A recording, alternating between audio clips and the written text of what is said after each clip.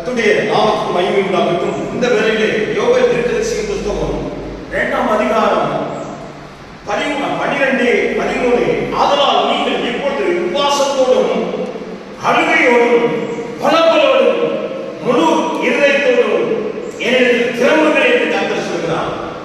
உபவாசத்தோடு ஜெபத்தோடு தேவனிடத்தில் திரும்ப வேண்டும் என்று ஆண்டவர் விரும்புகிறார்.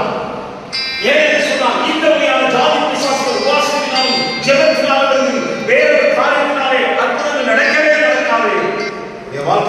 என்னுடைய வாழ்க்கையிலே தேவ சமூகத்தில் அமர்ந்து தேவனுடைய சமூகத்தை நோக்கி பார்த்து அது தேவனுடைய அனுகிரகத்தை பெறும்படியாக கர்த்தர் வைத்திருக்கிற ஒரு திட்டங்களுக்குள்ளாக நீங்களும் நானும் வர வேண்டும். 13ஆம் வசனம் சொல்கிறது, நீங்கள் உங்கள் வஸ்திரங்களை அல்ல உங்கள் இருதயங்களை கிழித்து உங்கள் தேவனாகிய கர்த்தரிடத்தில் திரும்ப வேண்டும். நாம் சாதாரணமாக திரும்ப முடியாது.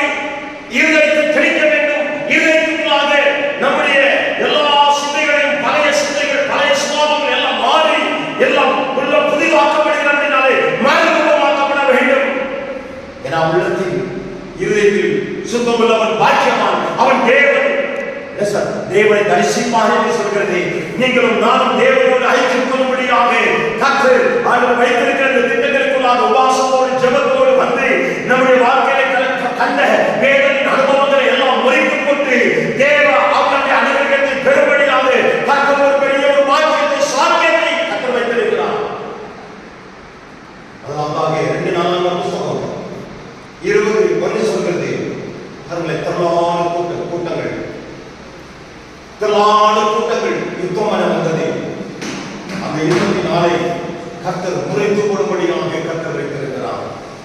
2 புத்தகம் 23 சொல்கிறது, அப்போது யோசியா பயந்து அந்த யுத்தத்துக்கு பயந்து திரளான கூட்டங்களுக்கு பயந்து அவர் கர்த்தரை தேடி ஒருமுகப்படும்போது யூதாவெங்கும் அந்த உபவாசத்தை அறிவித்து ஆண்டவருடைய சமூகத்தை நோக்கி பார்க்கும்போது அந்த யுத்தத்தை ஜெயமாக மாற்றினார்.